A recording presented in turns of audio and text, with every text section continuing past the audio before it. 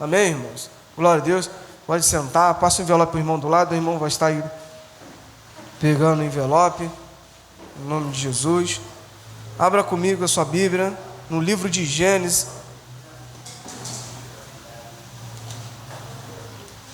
no capítulo 5, hoje é dia das crianças, vamos falar de família, de geração, amém, irmãos?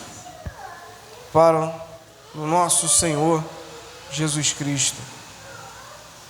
Gênesis capítulo 5, no versículo 21, vamos ler o 21, 22, 23 e o 24,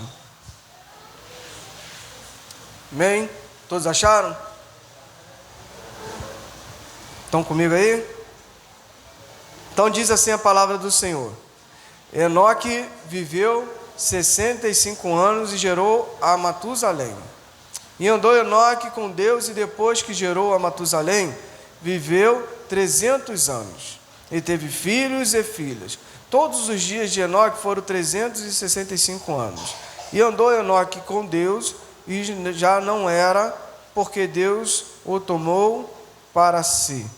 E no versículo 29, lê o 29 aí comigo. Acharam? Pois, aí diz assim a palavra: pois leu o nome de Noé. Lameque põe o nome de Noé. Viu essa? Dizendo: este nos consolará dos nossos trabalhos e das fadigas de nossas mãos nesta terra, e o que o Senhor amaldiçoou. Amém? Somente até aí esses versículos do Senhor, para nós falarmos um pouco disso. A palavra de Deus no livro de Gênesis, lá no iniciozinho da criação do mundo, aí Deus vai falar de um homem chamado Enoque. Fala-se bem breve de Enoque, depois vai falar no livro de Hebreus, mas o que chama a atenção é que o Enoque, ele andou com Deus.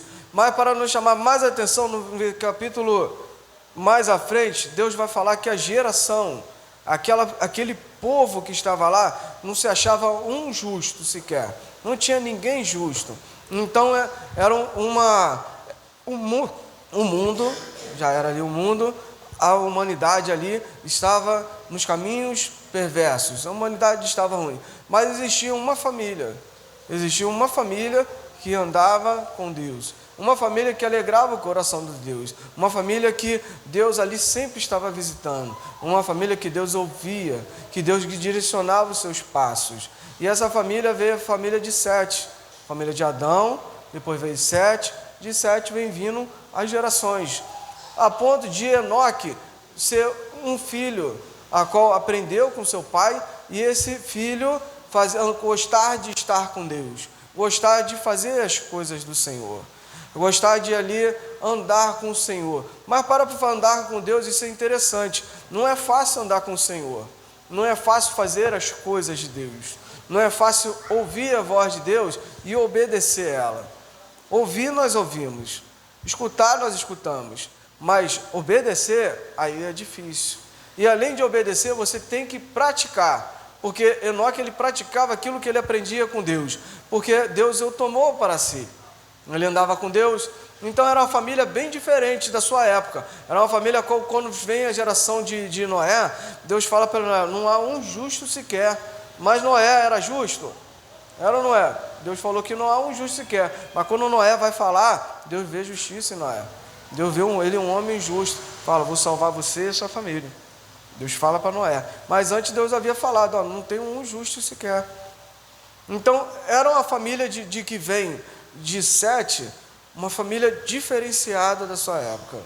Hoje, nosso tempo é a mesma coisa. Os tempos são maus, os tempos são difíceis, há muitas famílias perturbadas, há muitas pessoas perturbadas, mas há um povo que se chama pelo nome do Senhor, há um povo que é chamado de família de Deus, há um povo que gosta de alegrar o coração de Deus, há um povo que anda com Deus. Esse povo somos nós, a igreja do Senhor. Estamos no meio de um mundo a qual o mundo diz que nos chama de louco, a qual o mundo nos chama de maluco, a qual aquilo que nós fazemos é errado. Mas para Deus nós estamos no caminho certo, fazendo a coisa certa, buscando ao Senhor. Hoje um irmão, um construtor, amigo, foi parar a moto na casa, se não me engano foi hoje, foi ontem, e foi roubado. Assaltaram ele, além de assaltar, deram 3 tiros nele. Tomou 3 tiros. A graça de Deus, ele está tudo bem com ele. Recebi a mensagem agora, está tudo bem com ele, está se recuperando. Mas recebeu 3 tiros. Mas alguns irmãos que não eram cristãos, falaram, tem que matar eles. Aí botou foto de bandidos que estavam mortos. Olha a diferença. Botou foto de pessoas mortas. Não, tem que fazer igualzinho isso aqui.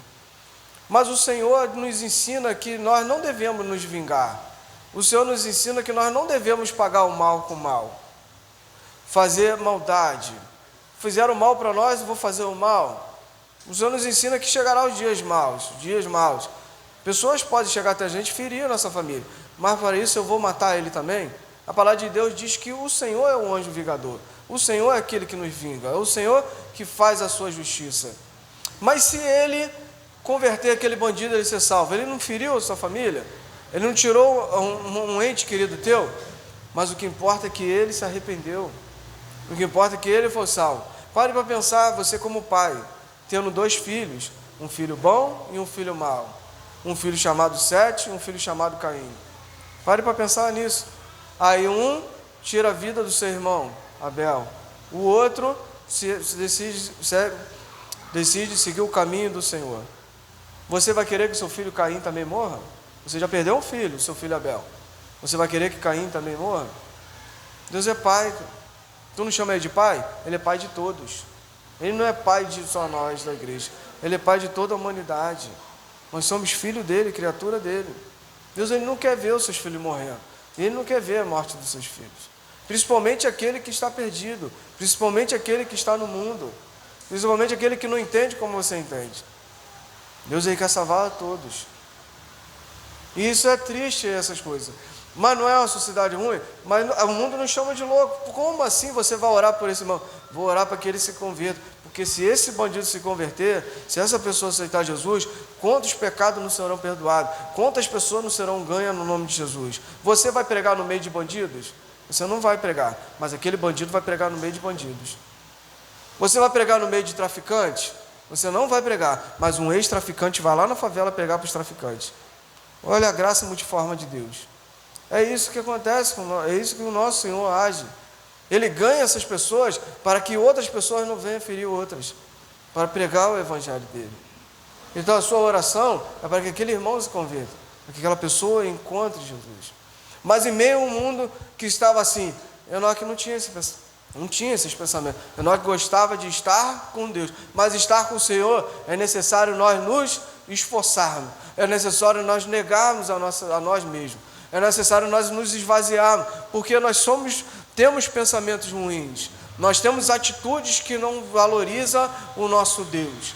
Quantos crentes você conhece que tomam as atitudes erradas, aí você fala assim, poxa, esse é crente mesmo, é cristão? Quantas pessoas você conhece assim? Um monte. Mas por quê? Porque decide fazer a sua vontade, em vez de fazer a vontade do Senhor. Em vez de fazer as coisas, aquilo que agradaria o coração de Deus. Jesus no Getsemane, ele disse assim, Pai, seja feita a sua vontade. Parou para pensar nisso? No Getsemane, Jesus ora, ele pede assim, Pai, afasta de mim esse cálice. Jesus sabia o que ele ia passar. Ele era Deus, ele é Deus, ele sabia. Mas é na sua oração, no desespero dele, olha como ele estava tão desesperado, que ele suou, o seu suor escorria sangue. Para tu ver o tamanho de desespero que estava ali, o pavor que estava. Mas ele disse assim, Pai, seja feita a sua vontade. Ele passará por isso, porque era a vontade de Deus. E você se diz cristão. Se eu me digo cristão, eu sou discípulo de Cristo. Eu sou seguidor de Jesus Cristo. Eu quero fazer aquilo que Jesus fez. Seja feita a sua vontade na minha vida. Jesus sabia que viriam os dias maus. Sabia o que aconteceria com ele. mas seja feita a sua vontade. Um bom filho alegra o coração sempre do seu pai. Um bom filho, ele vai sempre alegrar o coração do pai. E Jesus, ele passou por tudo aquilo para quê? Para que eu e você pudéssemos estar aqui hoje. Para que hoje pudéssemos estar na presença de Deus. Ele poderia dizer, não, ele subiu aos céus e acabou.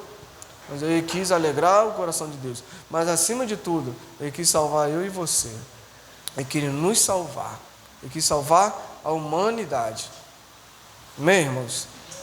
E Enoque, ele tinha que se esforçar. Não é difícil? Haverá dias a qual serão trabalhosos. Haverá dias maus. Jesus nos ensina assim, olha, haverá dias maus. Jesus fala, tenha bom ânimo. Haverá dias de aflições, mas tenha bom ânimo. Em Efésios 5:16, Efésios 5, capítulo 15. Efésios 5, capítulo 15. Vamos falar desses dias maus. A palavra de Deus, acharam? Diz assim: tenha cuidado com a maneira como vocês vivem, que não seja como insensatos, mas como sábios. Insensato é aquele que sabe que tem que fazer, mas não faz. Esse é o insensato. O 16, aproveitando ao máximo a oportunidade, porque os dias são maus. Ele vai falar, Salomão vai dizer assim, aproveitando o máximo os dias alegres. Os dias alegres é para nós aproveitarmos. Os dias que são alegres é para nós nos aproveitarmos dele. Comer, beber, se fartar, se alegrar com os irmãos. Mas ele vai ensinar, porque os dias são maus. Porque aí no 17 diz assim, portanto, não sejam insensatos, mas procure compreender qual é a vontade do Senhor. Salomão em Provérbios depois vai falar a mesma coisa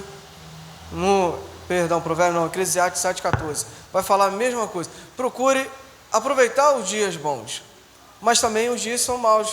E Paulo está falando isso. E esses dias virá sobre todos nós, mas que nós não sejamos insensatos. O que é insensato? Nós sabemos o que tem que fazer, mas não fazemos. Nos entristecemos quando vem a perseguição.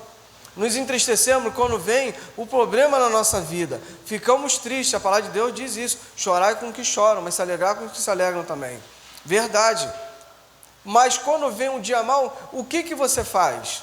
Como você age? Como você luta com isso? Os dias maus podem ser eles dias. Uma mãe que perde seu filho, um pai que sofre um acidente de trabalho, ou um pai que perde o trabalho, uma mãe que perde o trabalho, ou uma faculdade que você tanto estudou, quando chegou na hora H, lá você não conseguiu entrar. Eles dias podem ser maus, mas como você passa por ele, vai definir a pessoa que você é. Como você aprende com esses dias, te define como é com Deus também. Esse é o grande problema nós. A humanidade sempre vai ter problema. Na humanidade, no mundo, sempre teremos dificuldade, sempre teremos aflições, mas também teremos dias bons. Mas Deus sempre nos ensina, Jesus sempre nos preparou. Se prepare para os dias maus, porque são quando vem esses dias que nós nos desviamos da presença de Deus. Só quando vem esses dias que nós nos esquecemos do Senhor. Nos esquecemos de ensinar aos nossos filhos o caminho que deve andar. E quando nós vem esses dias, nós deixamos de estar mais com Deus, porque achamos que Deus não é mais conosco. Deus não é comigo, não, acabou. Esses dias maus vêm sobre todos nós.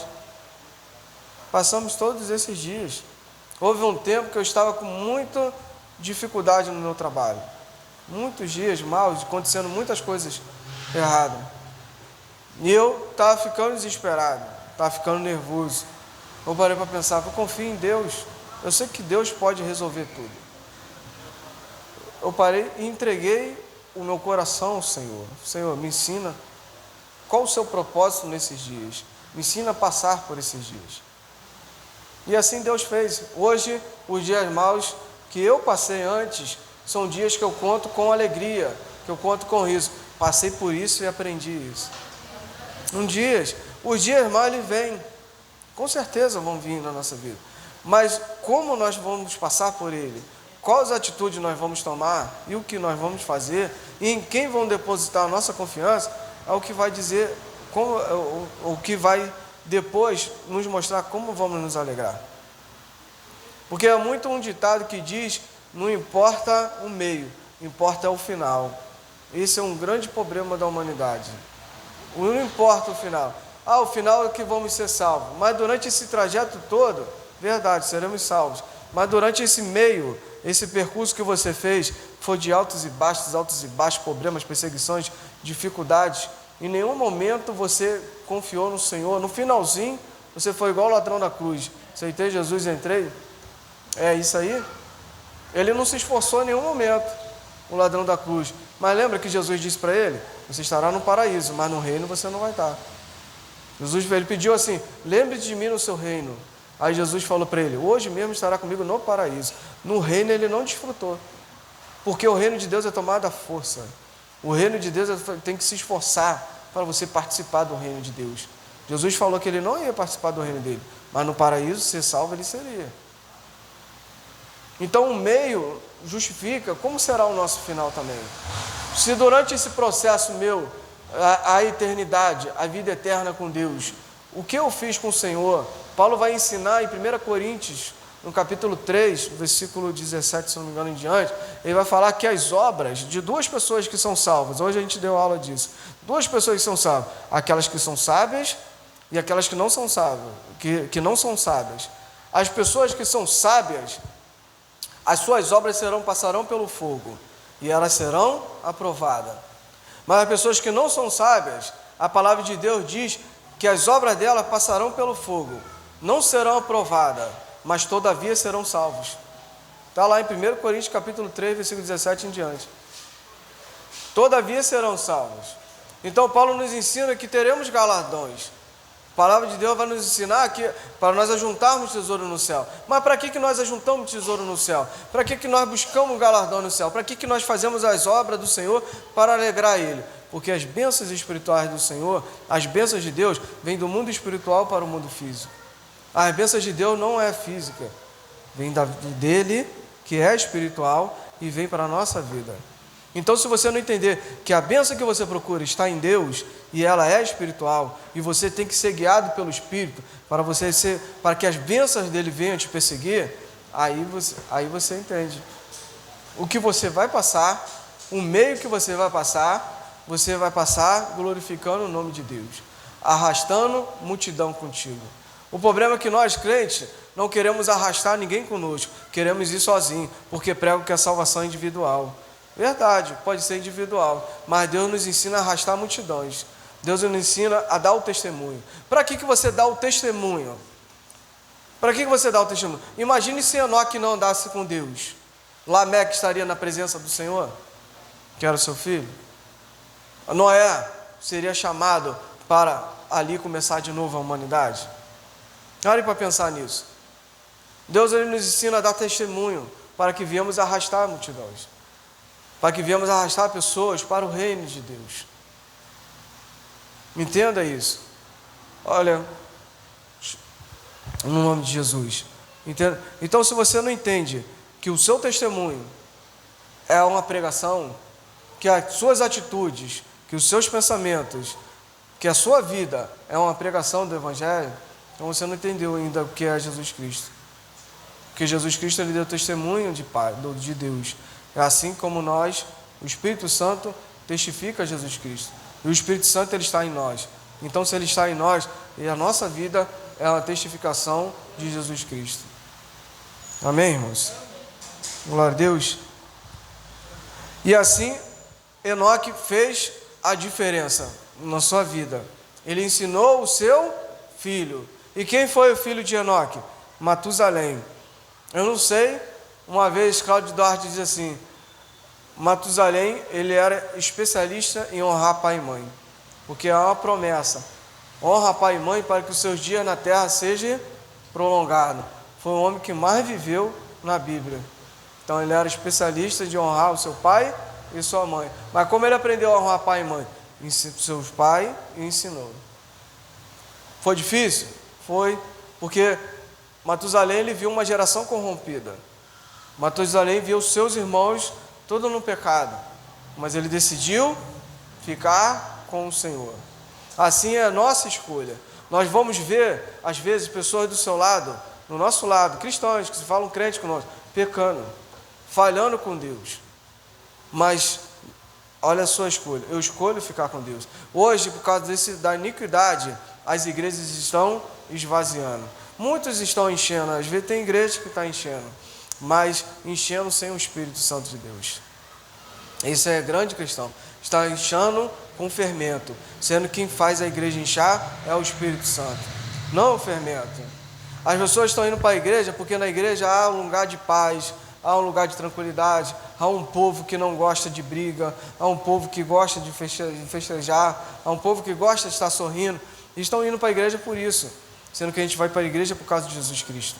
Se estamos aqui é porque o nosso Senhor, Ele fundou a igreja e disse que nós estaríamos aqui, nos separou para sermos igreja de Deus. Só que vamos para a igreja por ser uma coisa boa, ser legal, a esposa não trai o marido não trai a esposa, mas muitas das vezes nós vemos esses problemas dentro da igreja.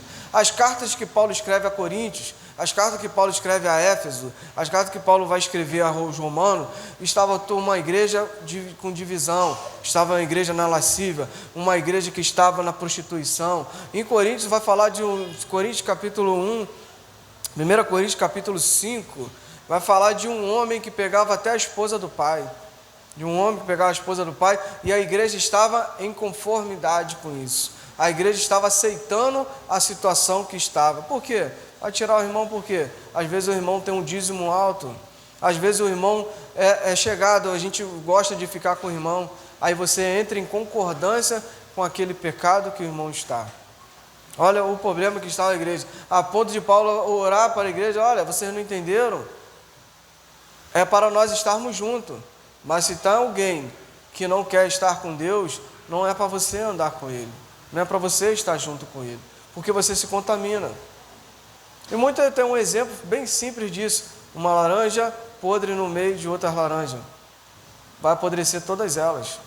Aí você tem que tirar. Mas eu vou expulsar o irmão da igreja? Eu não estou expulsando ele, eu estou dizendo que se ele não se converter, se ele não mudar a situação dele, não dá para caminhar junto, não dá para estar junto. Essa que é a questão. Hoje no mundo, pessoas estão andando com outras pessoas, aí o irmão, você sabe que o irmão está errado, você sabe que está falando, dizendo errado, em vez de você dar uma palavra de exortação, uma palavra de repreensão para a vida daquele irmão, você fica com medo. Você às vezes não quer falar nada, não, deixa ele quieto, não está me afetando. Não te afeta, mas afeta outras pessoas. Esse é o grande problema. E hoje nós estamos em conformidade.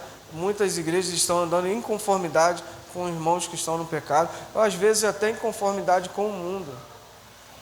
Em vez de estar influenciando as pessoas que estão lá fora, estão se deixando influenciar pelo mundo.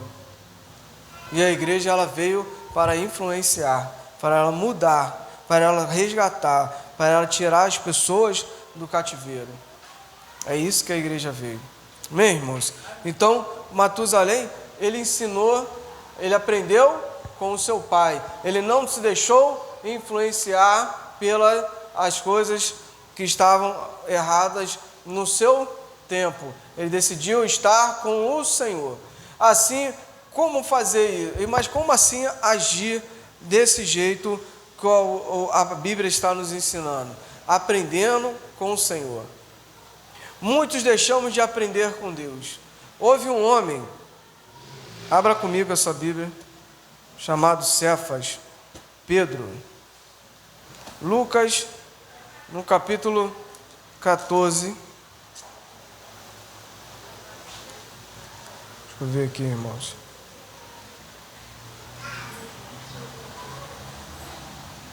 Não, perdão. Lucas capítulo 5.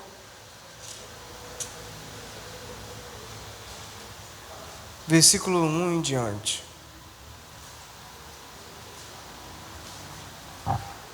Olha o que é aprender com o Senhor. Se preparar para os dias que virão os maus e se preparar para passar por esses dias. E diz assim a palavra de Deus sobre Pedro. E aconteceu que, Lucas capítulo 5, que ao partá-lo a multidão para ouvir a palavra de Deus, estava de junto ao lago de Genezaré. Eu vi 2 barcos junto à praia do lago, mas os pescadores, havendo desembarcado, lavavam as redes. Pega essa visão. Lavavam as redes. Entraram em um dos barcos, que era o de Simão. Pediu-lhe que o afastasse um pouco da praia. E assentando-se, ensinava do barco as multidões. E quando acabou de falar, disse a Simão: faze-te ao largo, lançai as vossas redes para pescar. E respondeu Simão: mestre, havendo trabalhado toda a noite, nada apanhamos. Amém, irmão? Somente até aí. Então, olha aqui que é você aprender agora com Deus. Se preparar para os dias que estão de vir maus. Haverá dias alegres? Haverá dias alegres. Simão, Pedro, estava fazendo o quê? Lavando a rede. Por que ele estava lavando a rede?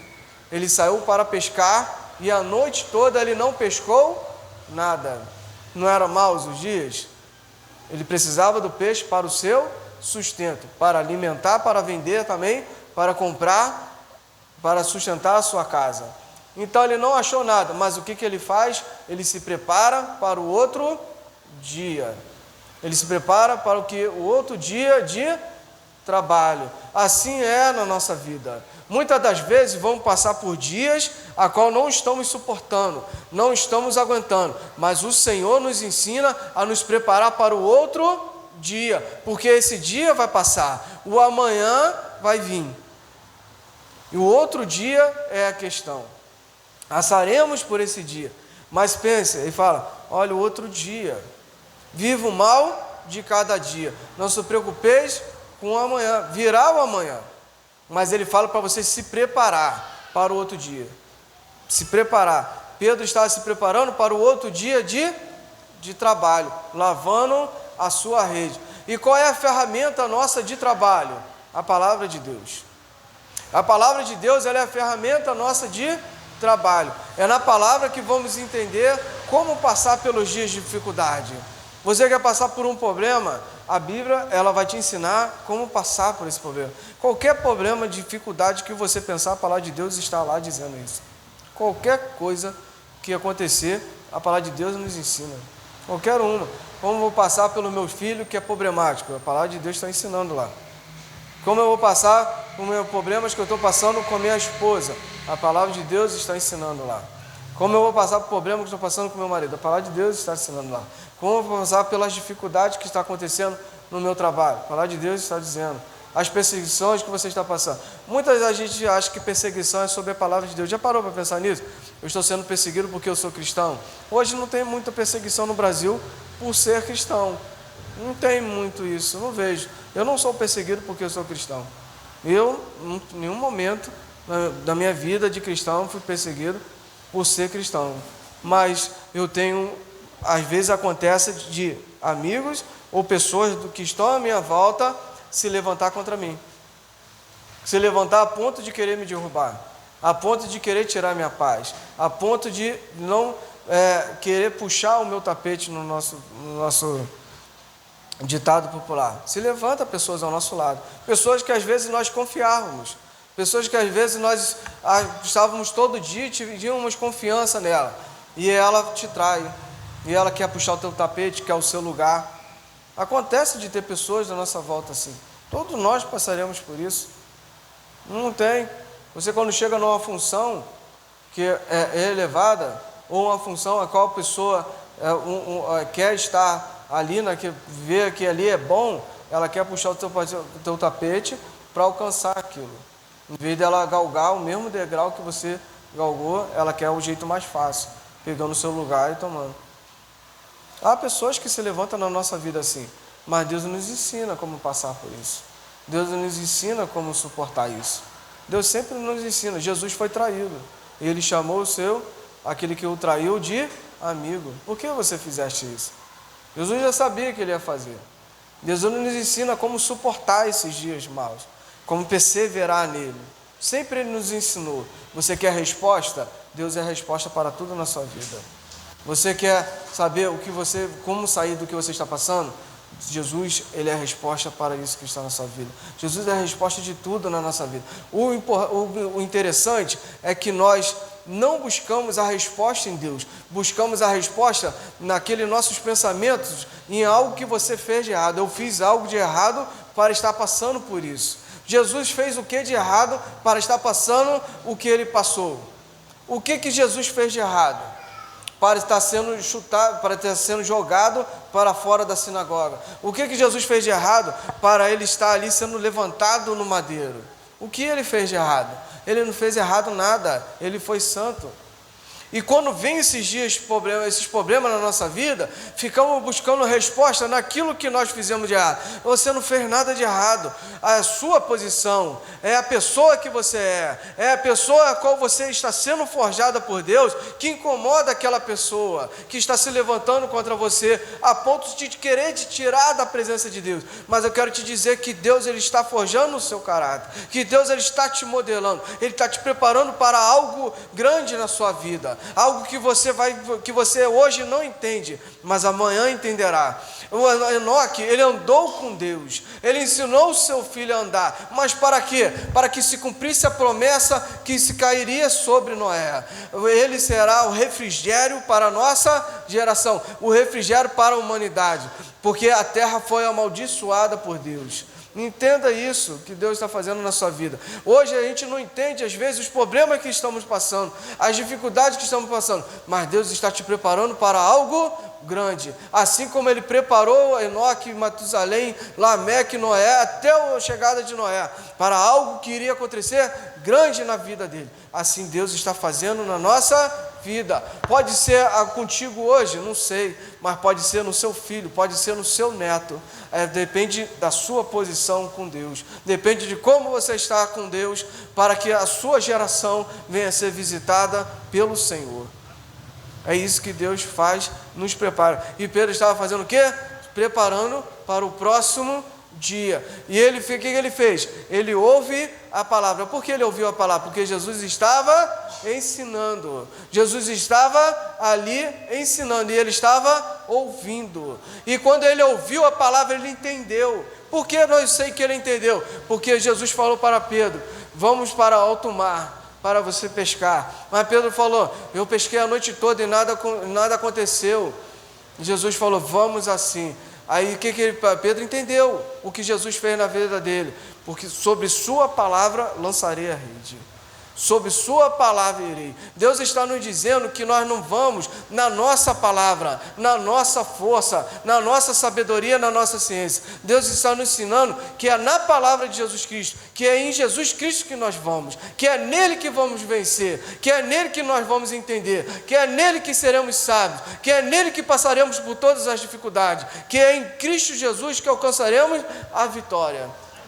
É nele que alcançaremos. É isso que a palavra está nos ensinando. E Pedro, ele entendeu isso, mas ele se preparou. Ele ouviu a palavra e falou: agora é hora de praticar.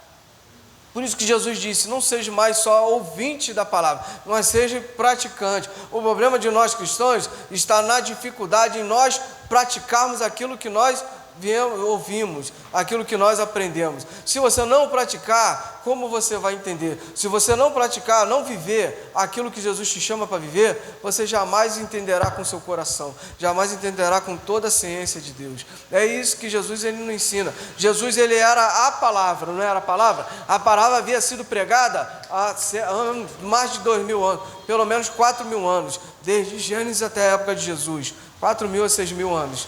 Desde Gênesis até a época de Jesus. Jesus era a palavra. Aí Jesus, ele vem, é o Deus conosco. Ele se materializa, ele se faz em carne. E o que ele faz no seu dia a dia? E o que ele faz durante a sua vida terrena aqui? Ele pratica tudo aquilo que ele havia falado. Jesus, ele praticou tudo. Tudo a lei, tudo aquilo que ele havia ensinado, desde Gênesis até o seu nascimento, ele praticou. Jesus, ele nos ensina isso, uma vida prática de cristão, uma vida a qual não ser só ouvinte, mas ser praticante daquilo que ele nos ensina. Porque se nós não praticamos, quando vem os dias, você não sabe como passar. Você sabe teoria, mas você não tem experiência. Essa é a grande questão dos cristãos. Não queremos ter experiência com Deus. É igual um pedreiro. Eu não sou pedreiro. Tem um diácono Rogério que é pedreiro. Eu sei a teoria todinha. Eu sei como levantar a parede. Eu sei como botar o prumo. Eu sei como usar o nível. Eu sei tudo isso. Mas eu não tenho prática. Eu não sei fazer como ele ainda. Porque eu não tenho nenhuma prática. Mas eu sei que se eu praticar, eu aprenderei. Eu saberei fazer. O problema nosso é esse. Você vai para uma faculdade, você só aprende a teoria. Toda a teoria você vai aprender da sua profissão. Mas você só vai crescer, só vai melhorar a partir do momento que você começa a praticar. Aí você desenvolve novas coisas, novos pensamentos, você melhora. É isso que a gente tem que entender. O praticar. E a gente fica muito preso só às palavras. Só a louvores, a oração. E na hora de sair e fazer aquilo que Jesus te ensinou, não fazemos. É por isso que nós nos frustramos. Por isso que nós desistimos. Por isso que se cumpre essa palavra de iniquidade, o amor de muitos se esfriar. Porque você não faz. Como o amor de alguém que vai se esfriar daquele que faz pelo seu próximo? Como o amor vai se esfriar daquele que gosta de ajudar o seu próximo? Não se esfria. Porque toda vez que você pensa em desistir, ou se pensar, você vai olhar para aquele que está precisando e vai lá ajudar. Em nenhum momento você começa a enfraquecer na fé, porque você faz. Assim como Jesus fez, Ele nos ensina a fazer, a praticar isso. E esses homens na Bíblia nos ensinam isso aí, a começar a praticar. Mas eu vou no nome de quem? Sobre qual palavra eu irei? Sobre a palavra de Jesus Cristo. É sobre Jesus Cristo que nós iremos, sobre a palavra que Ele nos deu, porque Jesus disse: ide no meu nome, fazei no meu nome. Todo aquele que profetizar, todo aquele que pregar, todo aquele que dizer no meu nome, pedir, assim eu farei. Queremos pedir no nome de Jesus, queremos fazer, mas a fé, ela tem que crescer, a fé, ela tem que amadurecer, a fé, ela tem que avançar. E o problema é esse, a nossa fé fica estagnada. Só isso aqui está bom, só isso aqui está legal para mim. E quando Deus fala: olha, você tem que multiplicar, você tem que crescer, você tem que avançar, você tem que viver, você tem que ter experiências comigo, para que você possa ver o sobrenatural que eu tenho para a sua vida. Amém, irmãos? Cadê o ministério de louvor? Pode vir aqui para o ministério de louvor. Assim Paulo ensinou. Em 1 Coríntios, no capítulo 3, Paulo vai falar para os crentes de Coríntios. Paulo vai falar para os crentes de Coríntios: olha, eu não ensinei mais a vocês, porque eu tive que alimentar vocês com leite e com mel.